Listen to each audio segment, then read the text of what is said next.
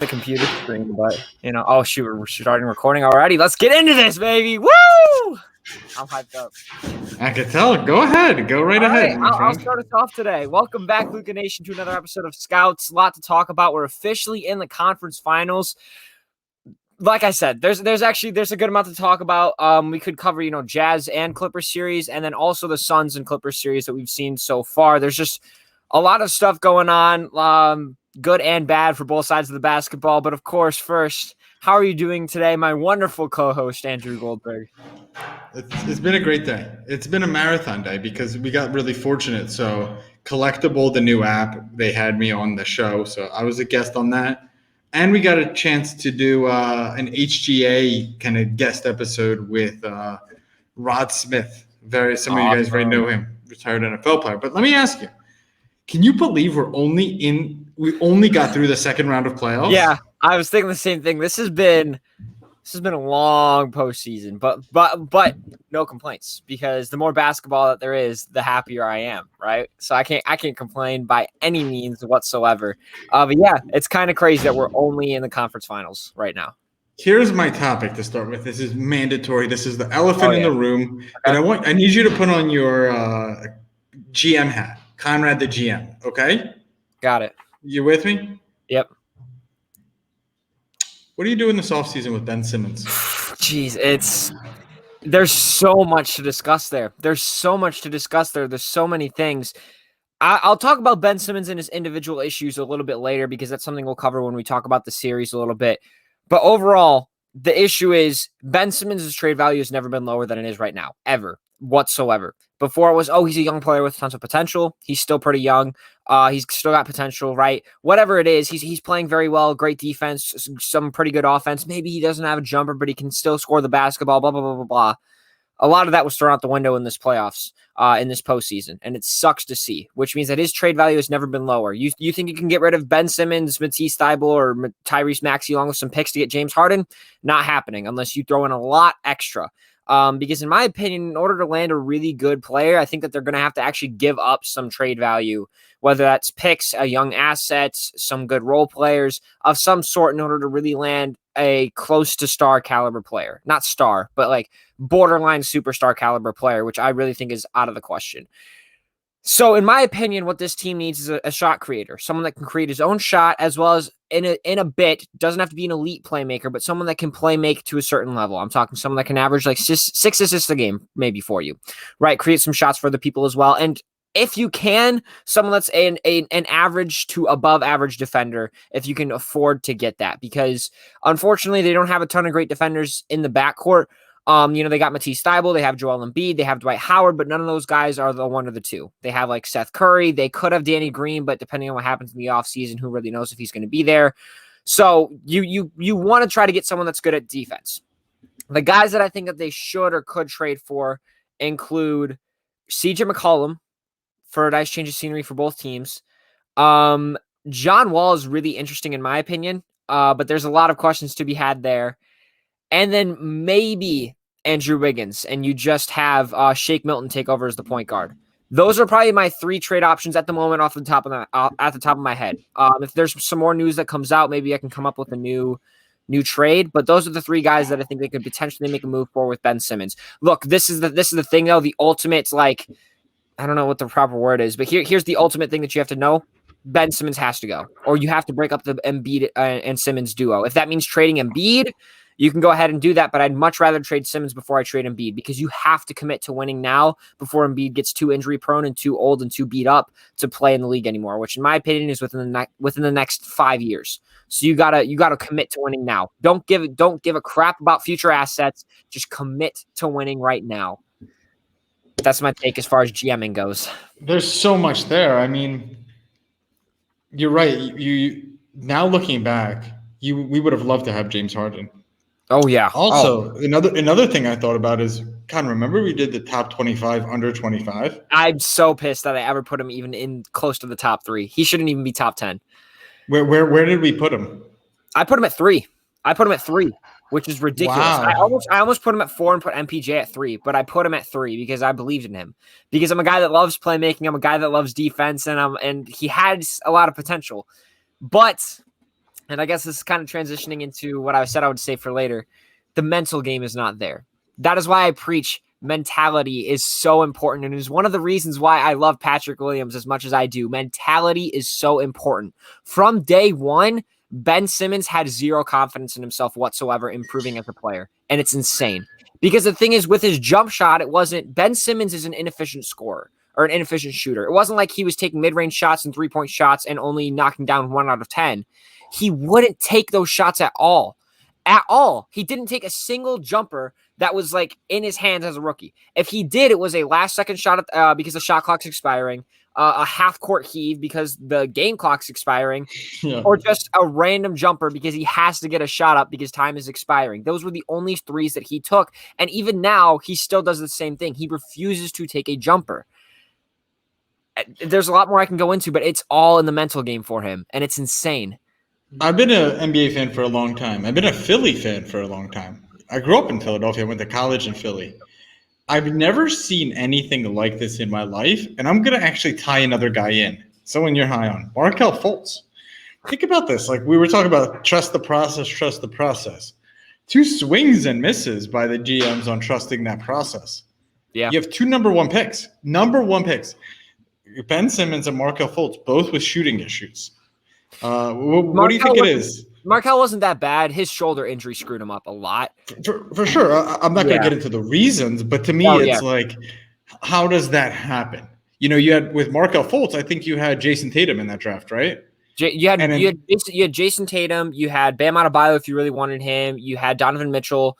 And I'm forgetting someone. I know I'm forgetting someone else in that draft, but it's slipping my mind right now. And in 2016, you had Brandon Ingram, Jaylen Brown, you had Jamal Murray, you had Pascal Siakam. Yeah, I mean, you definitely screwed up a little bit. Here's the thing.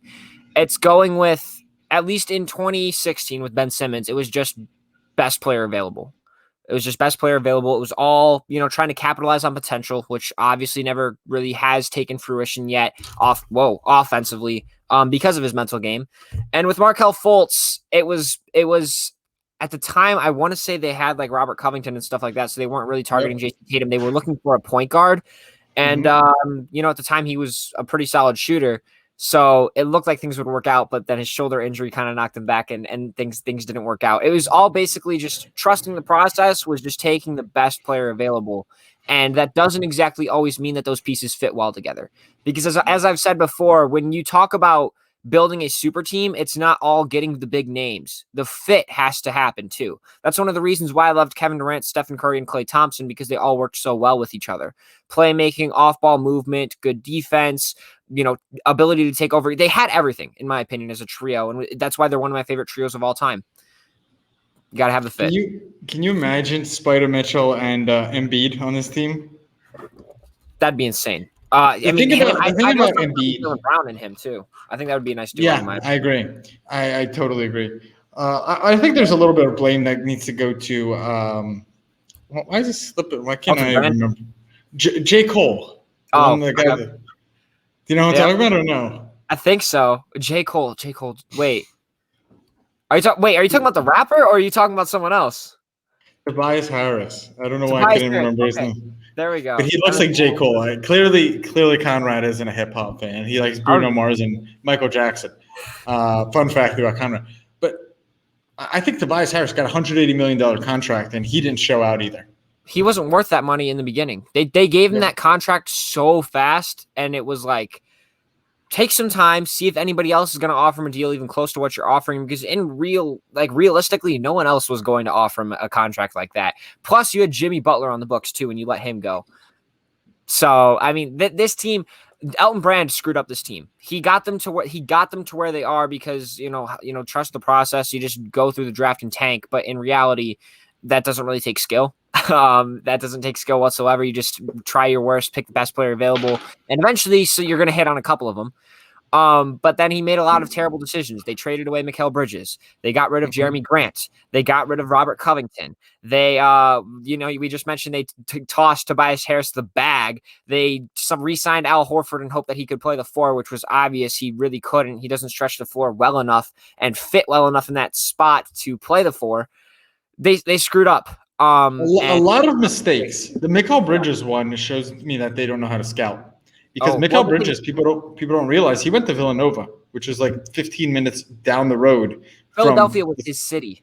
That was his city. Everybody was that was a storyline. He's going to his city. He's going back home. I think his mom worked with the 76ers. That was a storyline. And then they had traded him away for, I believe, Zaire Smith or something like that. That's exactly right. A lot of mistakes. If anybody out there who's listening that's a Sixers fan, we're not surprised. I'll tell you that much. Like, Sixers fans are cool. Philly fans are cool because we're a little bit actually too pessimistic, but we're realists at heart. Like, we knew what we saw with this team. We knew Ben Simmons wouldn't show out. We knew he couldn't shoot. So we'll keep moving on. But I'll tell you, it's good for the East because if the Sixers matched up with the Bucks would have beat them by 20 points every single game. I do want to mention – I agree. I agree 100%. But something I do want to mention about Ben Simmons and just how bad it was, he didn't take a single shot in the fourth quarter for 4 straight games. I saw that. And he only took, I think, 3 in the 3 shots in the fourth quarter the entire series. That's a choice. That is a choice that he made. That's the thing. It is in the mental game. If you want proof, there it is. And there's a lot more I can say, but I'll leave it at that.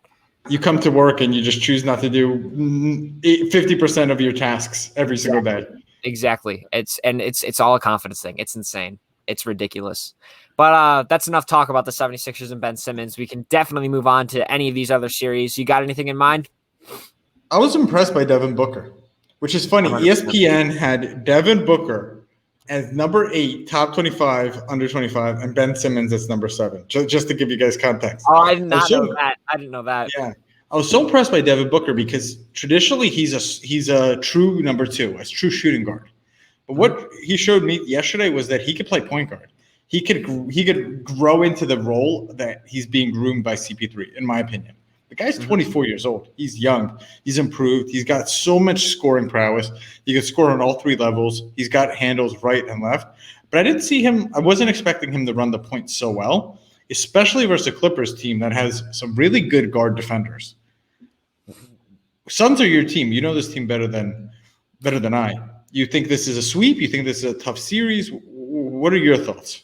It kind of depends on, Kawhi Leonard and CP3. I don't know for sure when Chris Paul's supposed to return. He's supposed to miss part of this series. He's out for the full 14 days, and I believe he's missed like 3 or 4 so far. So he could be out for as late as, I think, Game 5 or Game 6. I don't know. Honestly, I'm not sure because here's the thing. I do think that Devin Booker's becoming a much better playmaker. Like I said in the last episode, we saw him take more of a playmaking role in 2019, right? Last year, he played very well as a point guard of some sorts, playmaking for others. This was one game though. I'm not going to expect him to continue to have these sort of performances until unless he proves me wrong. Like I'm just saying, I'm not going to put those expectations on him, but I do think it's possible for him to have performances like this. Not performances like this, but to play make as well as he did last night on a relatively consistent basis. I wouldn't be surprised, like with Chris Paul out, learning from him and continuing to build upon the progress that he made the season before this. I think it's certainly possible. But I'm not going to expect that from him, especially because we've seen the Clippers go down 0-2 in both series, make adjustments, and then win the next 4 games, both times. Well, not next 4, because in the Mavs-Clippers series went to 7 games.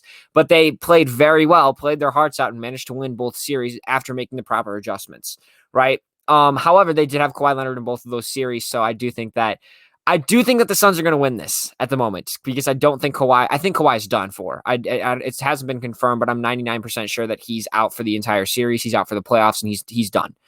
And I love Paul George. I think he's proven a lot of people wrong, but this Suns team is really good on both sides of the ball. I've talked about it before. They have all the pieces it takes to win a championship. Even with Chris Paul out, wow, that's a pretty significant loss. Even with him out, they've got a lot of the pieces that it takes to win a championship. And especially because a lot of teams are beat up right now, especially because a lot of the tougher seeds are eliminated. I think that the Suns could win it all this year because of that, especially with the way that they're looking right now. So, yeah, I mean, overall, that's just my thoughts on the Suns. It's my thoughts on Devin Booker. But one thing I want to ask you, did you know that this was his first triple-double in his career? I had no idea. I could have sworn he's had 1 or 2 here or there, and I don't know. I thought he had one. But this is apparently his first triple-double ever. I'm not a huge triple-double guy. I always ask the question, how do they go about getting that triple-double? Like, for me, like, let's say Chris Paul, for example. he's always averaged a double points and assists. And then there's a game where he starts getting more rebounds. I don't value rebounds as much. So from that standpoint, it's cool. But what surprised me, and I didn't expect, but you've talked about it, is his playmaking ability. So I think this is his first triple-double, but I think he's going to be able to get many more. But it is interesting. I guess I think it just shows that he's never been a true point guard. I think it just shows he's a true number two. He's a Kobe. He's a scorer. Yeah, very much so. Although, I mean, I'm not going to lie. I think he's going to begin to grow into a combo guard. I think so too. Opinion. Depending on how long Chris Paul is there, like we may not see it until he's 28, but I think it'll happen at some point where we're going to look back and we're going to say, holy cow, the growth that we've seen from him is insane. He went from a true number two to a combo guard who can play the one or the two for you depending on the situation. Real quick, where would you rank Devin Booker out of every current player in the NBA? Where does he rank based off of his recent performances, the growth we've seen, stuff like that? Where do you rank him? I rank him in line with Anthony Davis. So maybe like a top 10, Whoa. 7 or 8. Whoa. Wow. Really? Really? I mean, I have to go through the list. So let me go. I'm going to go through the list. LeBron, Durant, Curry, Giannis, Anthony Davis, Kawhi, Embiid, Jokic, Tatum, Donovan Mitchell. And Booker's better than Donovan Mitchell in my book. I'm just kind of going through. Oh, so you're not naming guys that he's better. Okay, I was about to say, where's Luka on this list? That's 10, I think, that you've said that are better. You said Donovan Mitchell was one that wasn't. That's 10. Who am I missing? Harden, Kyrie, in my opinion, those are two guys. Potentially Dame. Really? Wow. Dame, yes. Harden, no. That's 11. Harden, no. I'd say Kyrie maybe is a no. Harden is a yes, in my opinion. After this season, personally. Harden's never done anything. Harden's never done shit. Yeah, I mean, I kind of disagree. I mean, the way that he's playing right now, his current play style, I think that I disagree. I'd have him above Devin Booker. Devin Booker. Okay, fine. You're starting a team. You would take Harden? They play similar positions, too. You take Harden over Devin Booker? Depends on the situation. Oh, shoot. Did I just lag out for you? No, you're good. A little bit, but you're good. Depends on the situation. If I'm a rebuilding team, I'm taking Devin Booker. If I'm trying to win now, I'm taking James Harden. He's become one of the best playmakers in the entire league, and he was already a very good one. He's been the engine to the entire Nets offense, and he can still give you 25 points a game scoring from all three levels. He takes advantage of the rule book, knowing how to draw fouls without really drawing fouls that look like Trae Young's drawing fouls, right? Like he draws fouls without making it look cheap is the best way to put it. So Conrad, sorry, I took you out, but your video's gone for some reason, which is okay. I hear you perfectly fine. So don't worry about that. Interesting. Booker or Kyrie? That's tough. That is tough. I'd probably take Booker. Personally, I think Booker would be a better leader than Kyrie. That's my biggest issue with Kyrie. I think he's an excellent scorer. He's got one of the best handles that we've seen all time, and that includes Allen Iverson. I think he's he's the best ball handler of all time, including AI, which is, it's kind of insane to say. One of the best finishing packages we've seen. Excellent scorer, can play make to a certain extent, but I question his leadership ability. He's not an excellent defender by any means, and I'm not sure if I could just trust him to lead my team to a championship. And at the moment, I'd say that I could trust Devin Booker pretty well to lead my team to a championship. I'll say top 10 to top 15. Right in that range. I'd probably say with more potential because of his youth. So more upside, less downside. I'm not talking about potential. I'm just strictly talking about the impact that they could have currently. Because if we were talking potential, he'd be, top 10 for sure. Because there's certain players that are just getting too old to really increase their potential by any means. 100%. Yeah, but I think that top 15 at the moment is pretty much realistic for him. Want to move on to a different series? Please. Take it away.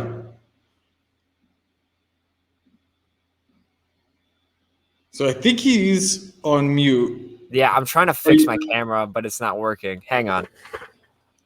Don't sweat it, brother. You just turned the camera. So what series? I think this Bucks Hawks series is going to be interesting. Okay, I have no idea when I'm with my camera, but I'll move on. Yeah, I 100% agree. Offense versus defense. It's going to be a nice, interesting series to see, no doubt. Who has the offense? Who has the defense? Offense goes to the Hawks, and defense goes to the Bucks. Like that. If you were to look at both teams and you were to say what do they rely on more, like that's what I would say. I think that the Bucks rely on their defense more, and I think that the Hawks rely on their offense more. Like that's how they attack each game. They're like, we're gonna win by outscoring the opponent, or we're gonna win by stopping our opponent. That's how I take it. Personally. I think that's fair. Yeah. I think Bucks to me are very interesting because they're so streaky on offense. Yes. Right? When they're going good, they are going good. Yep. Giannis is attacking in transition. He's getting to the rim. You have Drew Holiday, who stays aggressive. He hasn't been shooting great, but he's a good player. He keeps shooting. Chris Middleton is phenomenal when as a role player, as a 2 or number 3 guy. And PJ Tucker, man, he's a tenacious defender. Who do you think he's going to match up on? Do you think he's going to be on Trae? They're going to switch Trae, Giannis, Chris Middleton, and Drew Holiday all on Trae Young at certain points. But like the guy that PJ Tucker will be on the most, that'll probably be Drew Holiday is going to be on Trae Young the most. So I think that PJ Tucker might be on John Collins a good amount of the time. And then they'll stick Giannis on Capella. And they'll have Chris Middleton on, whoever their guards are. Reddish, Schroeder, Lou Williams, any of those guys. So that's my opinion. What's your predictions? Western Conference, Eastern Conference. Let's wrap with that. This is tough to call, no doubt. I guess I'll say it's very tough to call. I think that the Bucks are going to come out on top in this Hawks versus Bucks series. I think that there's definitely going to be a couple of games where they're just not clicking, and the Hawks are. And I think that they can steal a couple of games. But overall, you talked about inconsistency in offense with the Bucks, but I also think that the Hawks face the same issues because their supporting cast around Trae Young does not click all the time like they did in Game 7. And Trae Young doesn't click all the time like he did in Game 7 where he wasn't clicking, right? So they go very back and forth, and sometimes Danilo Gallinari, Bogdanovic, John Collins, they're all missing shots, or they're all on the bench because of foul trouble or whatever it is. And that makes the game a lot harder for Trae Young and the Hawks. I guess I'll say Bucks in 6. It's the safe choice. It's the easy choice. I don't really know. It's kind of similar to Jazz and Clippers, where I'm gonna have to see it in order to make a really good prediction. But for now, I'll say Bucks in 6. And then with the Clippers and the Suns, I'm gonna say Suns in. I'll say Suns in 6 as well. I think that they'll come out, they'll win the first 2. I think that the Clippers will manage to win the next 1 or 2. But then if Chris Paul comes back by Game 5, I don't think that they're losing any more games by then. Basically, whenever Chris Paul comes back, the Suns don't lose any more games after that. That's my prediction. But for now, I'll say Suns in 6 as well. So I have Suns in 5. I have Bucks in 5, with both teams having tremendous potential to sweep. I think we have a really awesome finals. People are going to say it's not that interesting because it's going to be Bucks versus Suns. Mm-hmm. Small market teams, but I think it's going to be cool. I think it's going to be it's going to be a team game for sure. What I think is a really stupid argument is the fact that people say because they're a small market team, it can't be exciting. The players are what makes the game exciting, not the size of the population of the city or the amount of money that the team makes. Devin Booker, being a super young player that's had high potential, was a 6th man for much of his college, for his college career, was drafted at like number 13th overall to the Phoenix Suns. They've been struggling for so long. All of a sudden, they're in the finals. Right? That's not exciting to you. Giannis Antetokounmpo is seen as the next up, 26 years old, could win a title at the same age as LeBron James winning his first title. That's not exciting to you in a small market, signing a Supermax extension to stay in the city of Milwaukee and bring a championship to them like Dirk Nowitzki did with the Dallas Mavericks. That's not exciting to you, then you are not a true NBA fan, in my opinion. If you say strictly because they are small market teams that it's not going to be an exciting finals. That's my rant to end to end this Scouts episode. That's my thoughts on the small market argument. I don't understand. 100% true. 100% true. I think what makes us unique, Conrad, and you realize there's a few different types of NBA fans. we love the game. We love the Oh, yeah. intricacies. We love the ins and outs. So for us, I love watching two teams who've been trying to rebuild and get to that next level, finally get to that next level. Mm-hmm. But you're right. Some people, they come at it from a different angle. They just want to see Brooklyn versus the Lakers, LeBron, Yeah. Durant. They love those headlines. Yep. We're headed to a new era, right? This is the new era. We're headed to a new era of NBA basketball with new stars to take the crown. And this may be our first taste of it. So get used to it, because this is the future, and it's definitely exciting. Love you, Luca Nation. Sorry about the audio video issues. Yeah, Audio I was don't know. perfect this time. Video got a little choppy, but all is good. Stay with us. We'll be back on Thursday with another episode of Scouts. Love you guys. Thank you.